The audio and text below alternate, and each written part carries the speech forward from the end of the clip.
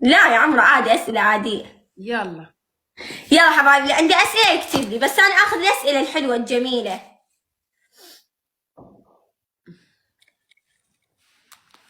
يلا جماعة، يلا خلينا نكملوا نختموا يلا فيديو أول بس سؤال يا ضحى، أوصفي ميكس بكلمة. أذكر الله، ويلكم. نوصف ميكس بكلمة. آه. حنون. حنون يما يا عمرو، ربي يخليكم البعض ويبعد عنكم كل الناس اللي تحاول تفرقكم. طيب تمام. السؤال الثاني، هل أنت في مشكلة حاليا أو لا؟ كنت في مشكلة وطلعت منها. الحمد لله والشكر. لكن في ناس ما زلت يعني خلاص كنت في مشكلة وطلعت منها. أبعد اللي عندي بالله في تكبيسات نارية. هل الإشاعات اللي حاليا اللي دا نشوفها هل هي صح أم كذب؟ كذب. كذب. انتوا شو تحسون اللي بالله؟ شو تحسون اللي تحاولون تفرقون بين اثنين؟ المهم خلنا نسأل.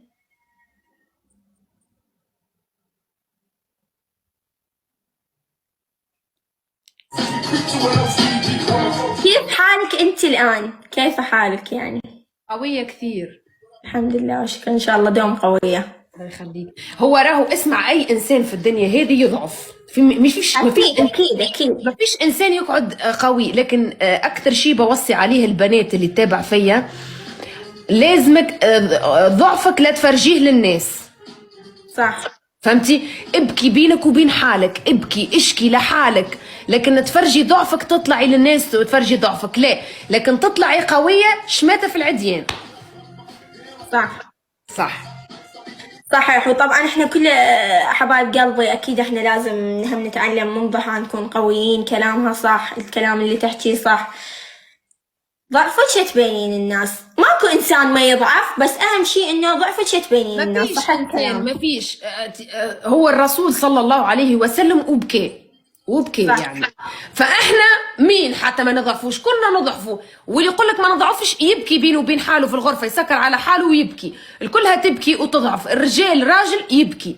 فلازم ديما ما تفرجيش ضعفك لا للناس لا للطرف الثاني اللي انت عامله معاه مشكله. صح. خلص انتهت فقره الاسئله. انت خلاص احنا حبايب قلبي اهم شيء ان اخذنا جوابنا. ربي يخليك التوم ويكس، طبعا قصة حبكم مثال للعالم وللناس والدنيا. انا نحب دائما عملتي فقره اسئله، وبكره راح تطلعي ترند انا وياك يعني في الاسئله اللي قلتيها. فبدي احكي كلمه، انا الكلمه هذه طلعت بها من علاقتي انا وميكس. احنا لنا سنه تقريبا متزوجين، وكل مره نكتشف اللي احنا الاثنين نحب بعض اكثر واكثر، وربي يحفظنا وربي يسترنا من العينين يا رب. فبدي اوصي اي اثنين كوبل، ولا اي بنت تحب شاب، ولا اي شاب يحب بنت، ولا اي اثنين متزوجين، ديروا بالكم من طرف الثالث مهما يكون مين هو. صح انتبهوا مهما يكون مين هو الطرف الثالث، يعني طرف ثالث، لازم انتوا الاثنين تضلوا مع بعض، تموتوا تحيوا مع بعض، تفضوا مشاكلكم مع بعض.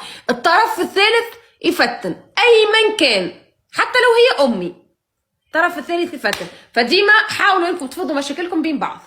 خلص صحيح حبايب قلبي، صحيح كلامها ضحى. فدوم انتبهوا من الطرف الثالث، مشاكلكم لا تدخلون احد بيها، خليها دوم خصوصيه بين بعض.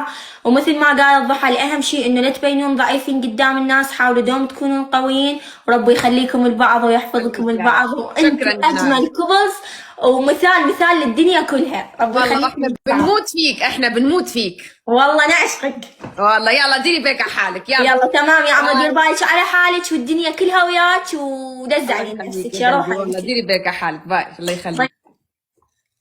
الله تجنن ضحى ياخذ الطرف الثالث.